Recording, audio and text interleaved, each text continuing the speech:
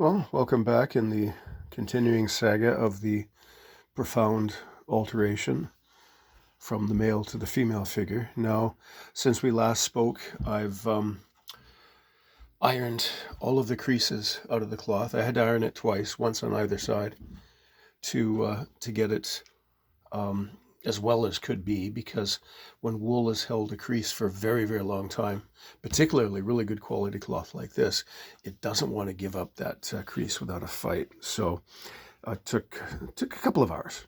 So here it is, it's all dried, it's laid out on the table, and I'm ready to start sewing. So as I was examining the cloth, and I mentioned it earlier, you can see how profoundly it has faded.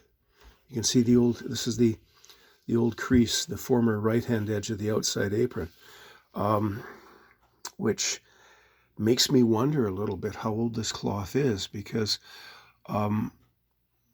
you don't see too much fading in modern chemical dyes as opposed to antique chemical dyes, because they've been around for a while. So either this is a very old cloth, or it was worn a great deal in bright sunlight over many years, like continuous, almost, we could say almost daily use, or effectively daily use, to have that amount of fading. But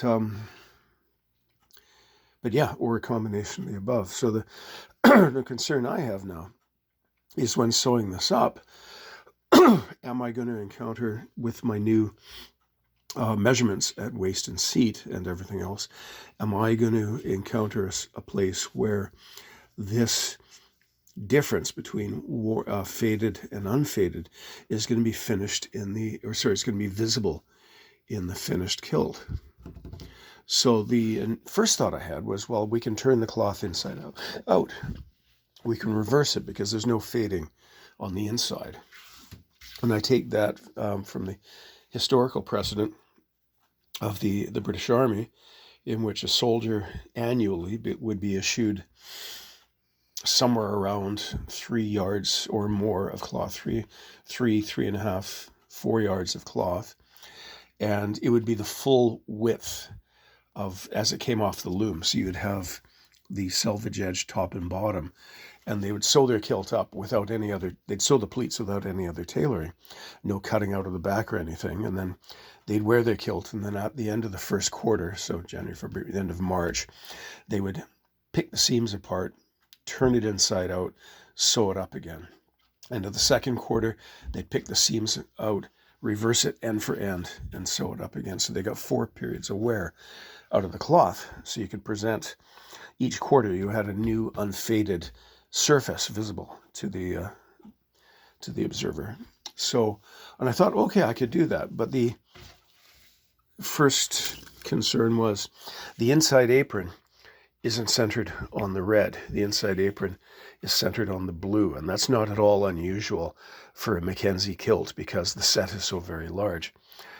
So I looked over the inside of the cloth, and it was all just about perfect. And and if I disregard the having to center the apron on the blue rather than on the red, but then, as luck would have it, I think there's maybe 2 moth holes in this entire kilt, and one of them is on the inside apron, right smack in the middle, where it would be visible to everybody. So that kind of put the kibosh on that idea. I mean, I'm still going to repair that. I'm going to darn it and possibly back it with a piece of cloth. But yeah, so I think, no, I'm going to have to carry on and keep the original outside face and sew it. So my next step is, I'm going to take a look at my range of likely threads. And these are all 100% cotton. A couple of them are silk, actually. I don't use polyester thread unless I'm working on a polyviscous kilt. But I'm going to take a spare fragment of cloth, because I've reduced the kilt to its new length of 21 inches. So I have this, I won't say sacrificial piece, but I have this piece from the top. And what I can do is I can practice sewing the fell seam on this cloth in an effort to discover exactly which of these colors is going to provide the best match that'll be the least visible in the completed kilt. So I'm going to carry on with that. I had something else to show you, but of course, oh yeah, here's the original buttonhole, and you can see it's just eroded.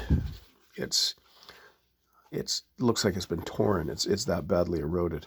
And I wonder, I mean, because we know, pardon me, we know this can happen, but I wonder that this has happened so badly. I mean, this is, if it's not an old kilt, it has seen a tremendous amount of wear.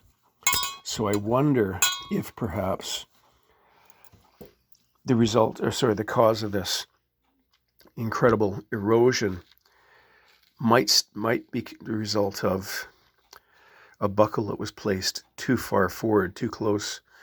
It was incorrectly placed relative to the buttonhole, because that would cause the belt to have to double back to get over the tongue, and that constant rubbing of the leather on the cloth would certainly create this degree of erosion. So I'm going to be very careful that when the time comes to put the buckles and straps back on this kilt, that the buckle is properly set back, let's say half an inch, at least half an inch, so that we don't have that erosion occurring again.